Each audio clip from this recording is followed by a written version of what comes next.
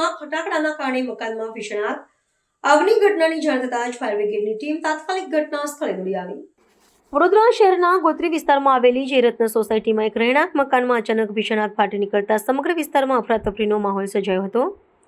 Madrasa school નજીક આવેલા મકાનના બીજા માળે લાગેલી આગે જોતજોતામાં વિકરાળ સ્વરૂપ ધારણ કરી લીધું હતું. આગની ઘટનાની જાણ થતાં જ ફાયર બ્રિગેડની ટીમ તાત્કાલિક ઘટના સ્થળે દોડી ગઈ હતી. ધુમાડાના ગોટા અને આગની જ્વાળાઓ વચ્ચે ત્રીજા માળે ફસાયેલા એક માસૂમ બાળકનું ફાયર જવાનોએ દિલધડક રેસ્ક્યુ કરી તેને સુરક્ષિત રીતે બહાર કાઢ્યો હતો, જેના કારણે મોટી જાનહાનિ ટળી હતી. પ્રાપ્ત વિગતો અનુસાર મકાનના પ્રથમ માળે ફટાકડાનો જથ્થો રાખવામાં આવ્યો હતો, જેના કારણે આગે રૌદ્ર સ્વરૂપ ધારણ કર્યું હતું. આગ દરમિયાન ફટાકડાના સતત ધડાકા થતા હોવાથી સ્થાનિક રહીશોમાં ભયનું લખલખું પ્રસરી ગયું હતું. ઘટનાની ગંભીરતા પારખીને વાસણા અને વડીવાડી ફાયર સ્ટેશનની 3 ગાડીઓ ઘટના સ્થળે પહોંચી હતી અને પાણીનો મારો ચલાવી આગ પર કાબૂ મેળવ્યો હતો. આ દરમિયાન ઘરમાં ફસાયેલા 10 વર્ષીય જયમીન કરશનભાઈ ડોડિયાને લાશ્કરોએ ભારે સેમત બાદ હેમખેમ નીચે ઉતારી તેના પ્રાણ બચાવ્યા હતા. સદભાગ્યે દુર્ઘટનામાં કોઈ જાનહાનિ નોંધાઈ નથી, પરંતુ મકાનમાં રહેલી તમામ ઘરવખરી અને સામાન સંપૂર્ણપણે બળીને ખાખ થઈ જતાં મોટું આર્થિક નુકસાન થયું છે.